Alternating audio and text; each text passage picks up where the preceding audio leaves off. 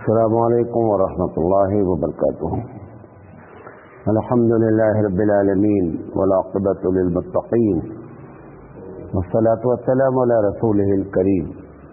محترم حضرات، ہم آپ سے لگاتار درس حدیث کر رہے ہیں اور آج اس کا درس نمبر 100 ہے، 100۔ بسم اللہ الرحمن الرحیم۔ عن العرباس بن ساریہ رضی اللہ تعالی عنہ قال وعظنا رسول اللہ صلی اللہ علیہ وسلم یوما۔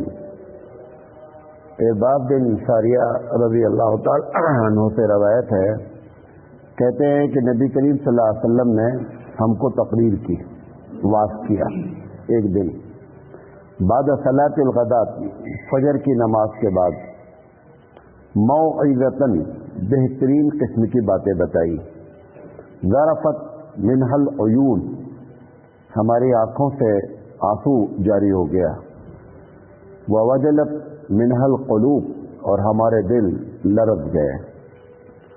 فقال رجل ان هذه موعظة مودع، گفتگو ایسا فرما رہے تھے کہ ایک آدمی نے کہا کہ ایسا لگتا ہے کہ جیسے کوئی آدمی یہ سمجھے کہ اب ہماری ملاقات ان سے نہیں ہوگی، جیسے آخری ملاقات ہے، اور آپ اس انداز میں گفتگو بات فرما رہے تھے۔ فَمِمَاذَا تَعْهَدُ إِلَيْنَا يَا رسول اللہ، تو اس آدمی نے کہا کہ اللہ کے رسول، ایسے موقع پر آپ ہم سے کیا وعدہ لیتے ہیں، کیا امید کرتے ہیں کہ ہم کو اگلی زندگی کیسے گزارنی ہے؟ قال رسول اللہ صلی اللہ علیہ وسلم اوصیکم بتقوی اللہ۔ جب وہ صحابی نے سوال کیا، پوری تقریر ہو گئی، ہونے کے بعد اللہ کے رسول صلی اللہ علیہ وسلم نے فرمایا کہ میں تم کو نصیحت کرتا ہوں کہ اللہ کا خوف ہمیشہ رکھنا۔ ایک بات اردو والے جان لیں کہ جب کبھی اردو میں تقوی کی بات آتی ہے، آپ نے کبھی اس آدمی کو متقی نہیں کہا ہے جو گناہوں سے بچا ہے، آپ نے اس آدمی کو متقی کہا ہے جو عبادت گزار ہے، حالانکہ غلط ہے۔ نہیں سمجھے میری بات؟ ایک آدمی آپ کے سامنے نمازی ہے، ٹھیک ہے، ہاتھ میں تسبیح لیے رہتا ہے، خوب تسبیح بھی پڑھتا ہے، ایسے آدمی کو آپ دیکھ کر کے بولتے ہیں کہ بڑا متقی ہے، حالانکہ یہ شریعت کے نگاہ میں متقی نہیں ہے، کیونکہ لفظ متقی کے معنی ہوتے ہیں ڈرنا اور بچنا۔ وہ آدمی متقی ہے جو گناہوں سے اپنے آپ کو بچائے ہوئے ہیں۔ یہ دونوں الگ الگ چیز ہے۔ عمل کا نام تقوی نہیں ہے، اس کا جو مادہ ہے، اس میں جو لفظ ہیں وہ وقا، یقی، وقایتن ہے، کہ اپنے آپ کو بچانا۔ انگلش میں اس کو کہتے ہیں پریکاشن، مطلب جیسے پولیو ہوا نہیں ہے لیکن پولیو کا ڈراپ لگایا جا رہا ہے، یہ پولیو کا پریکاشن ہے۔ تقوی گناہ ہونے سے پہلے سے روکنے کا نام کیا ہے؟ تقوی ہے۔ لیکن ہم اردو والوں نے یہ سمجھا کہ زیادہ عبادت کرنے والے کا نام تقوی ہے، یہ معنی نہیں ہے۔ بات میں سمجھا پائے اپنی؟ گناہوں سے جب بچے گا، دوسری بات کہہ رہا ہوں، گناہوں سے جب بندہ بچے گا تو خود بخود اس سے کیا ہوگی؟ عبادت ہونے لگے گی۔ جب گناہوں سے بچے گا تو خود بخود عبادت ہونے لگے گی، وہ ایک فطری چیز بن جائے گی اس کی۔ لیکن اگر اس نے یہ سمجھا ہے کہ میں عبادت گزار ہوں تو متقی ہوں، کیونکہ آپ نے اس کو تقوی کی ڈگری دی، اب آپ دوسرا جملہ کیا بولتے ہیں؟ بڑا دیندار ہے لیکن بڑا دھوکہ دیتا ہے، کیونکہ آپ نے غلط ڈیفینیشن کی، آپ نے غلط پریبھاشا کیا۔ اگر گناہوں سے بچنے والے کو متقی کہا گیا ہوتا تو یہ بات نہیں آتی ہے۔ تو جب آدمی گناہوں سے بچتا ہے، مولانا رحمۃ اللہ علیہ فرماتے ہیں کہ تقوی علامت ہے گناہوں سے بچنے کی۔ اگر گناہ سے بچ رہا ہے تو یہ بندہ کیا ہے؟ حقیقت میں متقی پرہیزگار ہے۔ آپ نے فرمایا اوصیکم بتقوی اللہ، میں تمہیں اللہ کے خوف کی، اللہ کہ تقوی اختیار کرو، اس کی میں تم کو وصیت کرتا ہوں۔ دو عورتوں کا واقعہ بہت مشہور ہے، حدیث میں آپ نے سنا بھی ہے کہ ایک عورت کہتی ہے کہ میں صاحب ایک عورت کی تعریف کرتے کہتے ہیں کہ وہ نماز پڑھتی ہے، تہجد بھی پڑھتی ہے، روزہ بھی رکھتی ہے، نفلی روزہ بھی رکھتی ہے، حج بھی کیا ہے، نفلی عمرہ بھی کرتی رہتی ہے۔ حضور نے فرمایا بہت نیک ہے، کہا لیکن ایک پرابلم اللہ کے رسول کا کیا؟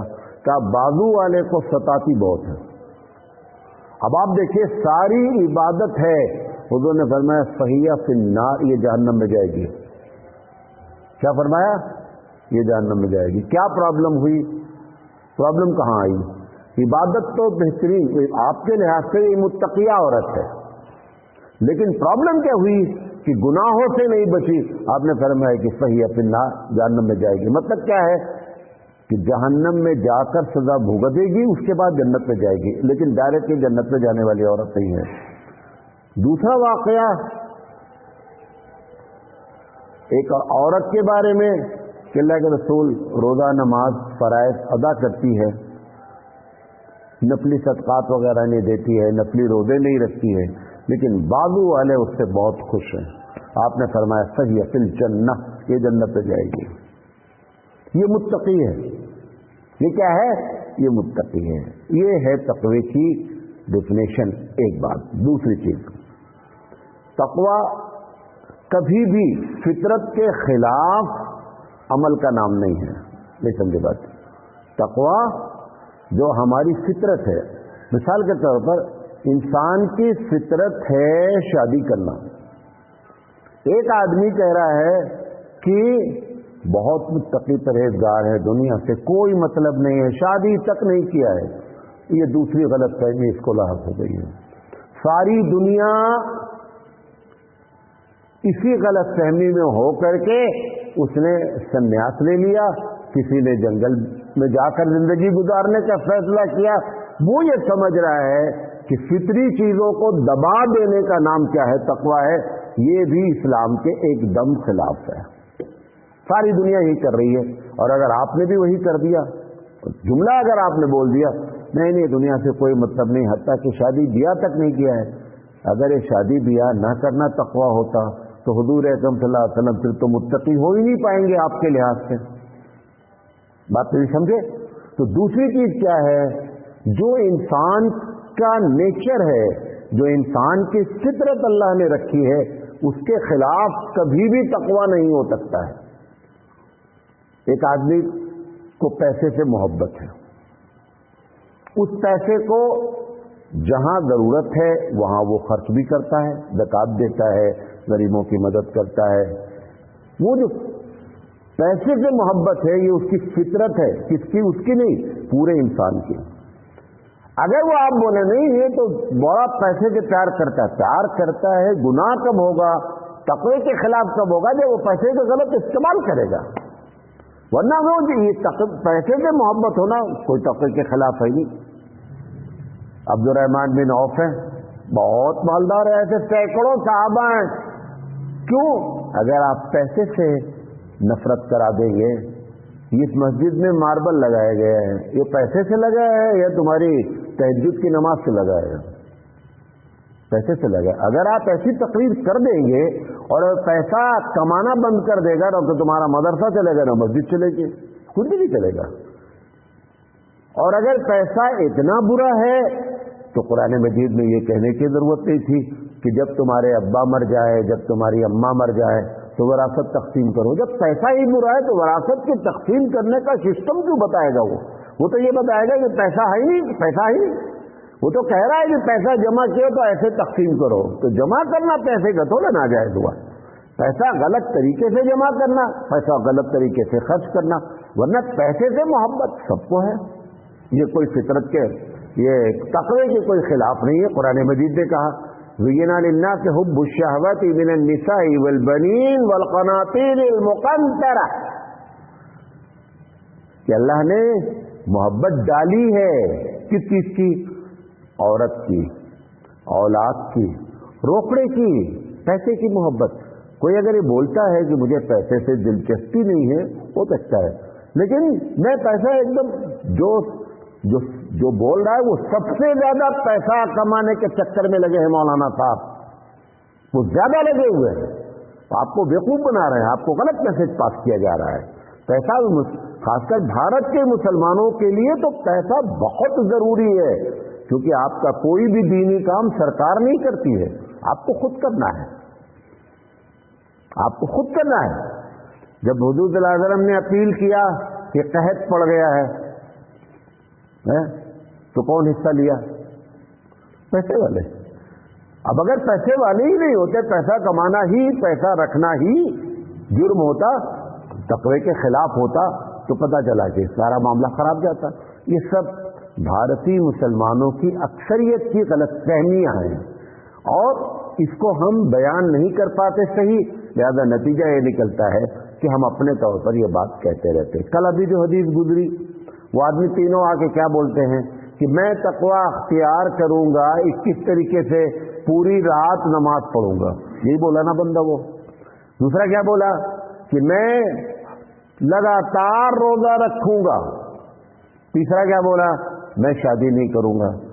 تینوں اچھا، تمہارے لحاظ سے تو بڑے متقی ہوئے نا، یہ رات بھر نماز پڑھیں گے، زندگی بھر روزہ رکھیں گے۔ حضور صلی اللہ علیہ وسلم نے ریجیکٹ کر دیا، اس تقوی کو ریجیکٹ کر دیا۔ آپ نے فرمایا کہ میری سنت سے جو اعراض کرے فمن رغب عن سنتی فلیس منی، جو میری سنت سے ہٹے وہ مجھ میں نہیں۔ میری سنت ہے، میں رات میں نماز پڑھتا بھی ہوں، آرام بھی کرتا ہوں، نفلی روزے رکھتا بھی ہوں، چھوڑتا بھی ہوں، شادی بھی میں نے کر رکھی ہے۔ تم تقوی کا تو جو کرائیٹیریا ہے، تقوی کا جو معیار ہے، وہ حبیب مصطفیٰ صلی اللہ علیہ وسلم ہے۔ بات سمجھے نہیں؟ تو اپنی زندگی کو اس دھرے پر ڈھالیں گے تب متقی کہلائیں گے۔ تب چلو دنیا والے بھلے بول دیں، کیا فائدہ ہوا اگر اللہ کی نگاہ میں متقی نہیں ہوئے تو؟ دنیا والے بقا کریں، کون تم کو ثواب دینے والا ہے؟ تمہاری نمازوں کا ہے، ہمارے اچھے کاموں کا ثواب تو اللہ دیتا ہے۔ اگر اللہ کی نگاہ میں متقی نہیں ٹھہرے تو کیا فائدہ ہوا؟ دنیا والے بھلے تم کو بہت بڑے مولانا متقی بولتے ہیں، بولا کرے، کوئی حیثیت نہیں ہے۔ تو پہلی بات آپ نے فرمائی اوصیکم بتقوی اللہ، پھر آپ نے فرمایا والسمع والطاعۃ، لوگوں اپنے امیر کی بات، جو اسلامی حکومت قائم ہے اس کا امیر بنا دیا گیا، آپ اس کی ہر حال میں بات سنیں۔ کب تک؟ جب تک وہ شریعت کے خلاف نہ بولے تب تک۔ امیر بھی اللہ کے نیچے ہے اور اللہ کے اوپر نہیں ہے، اللہ کا حکم سب سے اوپر ہے۔ اللہ کے حکم کے خلاف بول رہا ہے امیر، بولا کرے، بتا کرے۔ ابو بکر صدیق رضی اللہ تعالی عنہ نبی کریم صلی اللہ علیہ وسلم کے بعد سب سے پہلے امیر ہے، سب سے پہلے حاکم ہے۔ تقریر کیا کرتے ہیں کہ لوگوں میری بات ماننا۔ کب تک؟ جب تک میں قرآن حدیث سے بات کروں تب تک۔ خود بولتے ہیں میں اگر اس کے خلاف جاؤں تو میری بات نہ مانو۔ حضرت عمر رضی اللہ تعالیٰ عنہ نے جب چارج سنبھالا تو انہوں نے تقریر کی کہ لوگوں اگر میں ٹیڑھا چلوں تو مجھے تیر کی طرح سیدھا کر دینا۔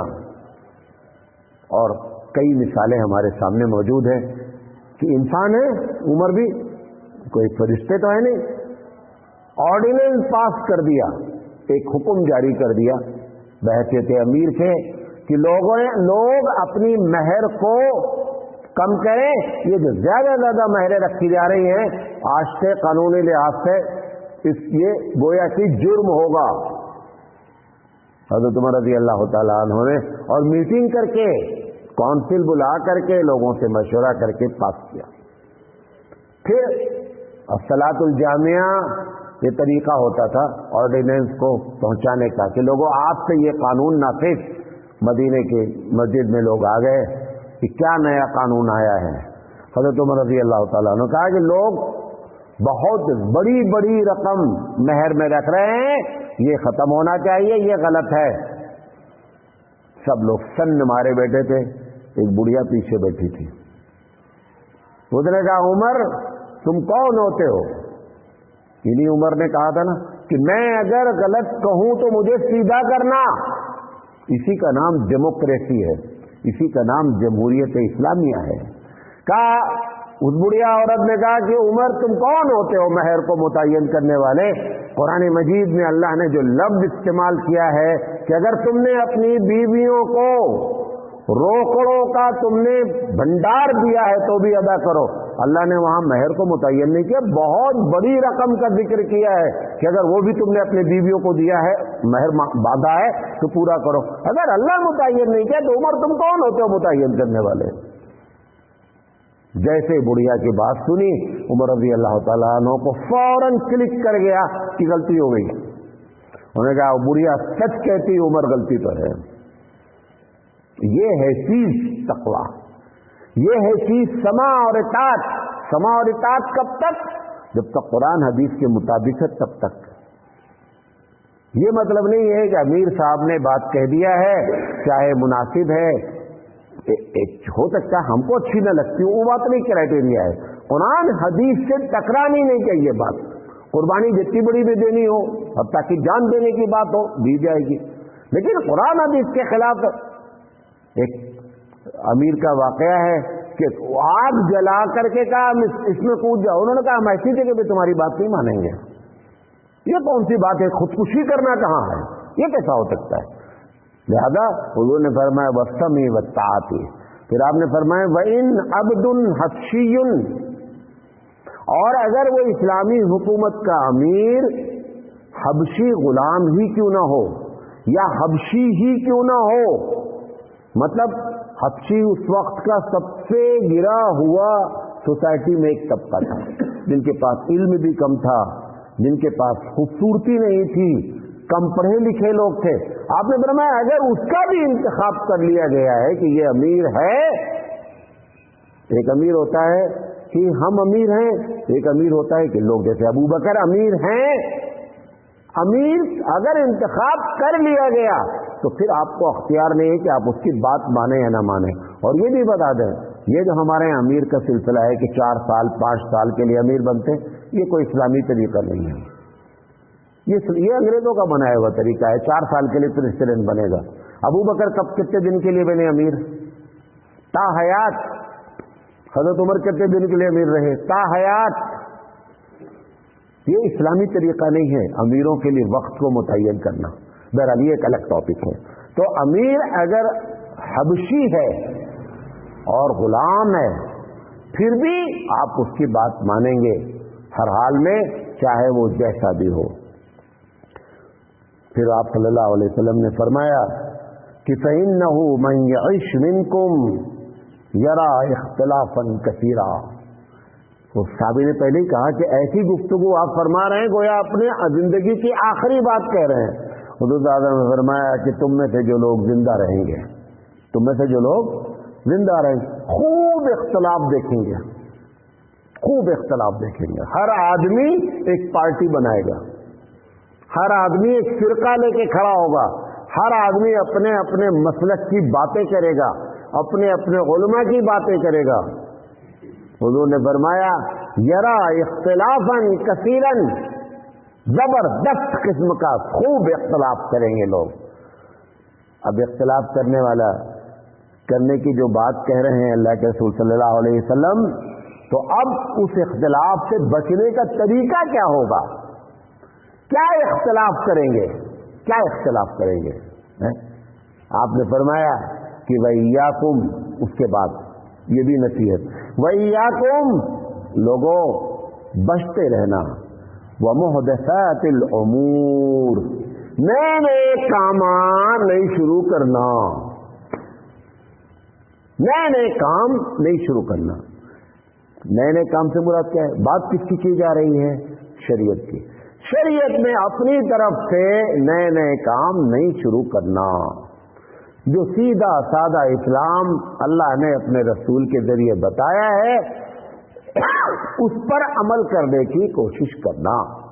اپنی طرف سے نئی نئی باتیں، نئی نئی قبر پہ چادر چڑھانا ہے، نماز سے پہلے درود شریف پڑھنا ہے، اقامت سے پہلے درود شریف پڑھنا ہے، اگر بتی لے جا کے جلانا ہے، جتنے کام سب نئے کام، سب نئے کام، اور اسی سے خبردار کیا جا رہا ہے کہ نئے نئے کام سے لوگوں بچنا۔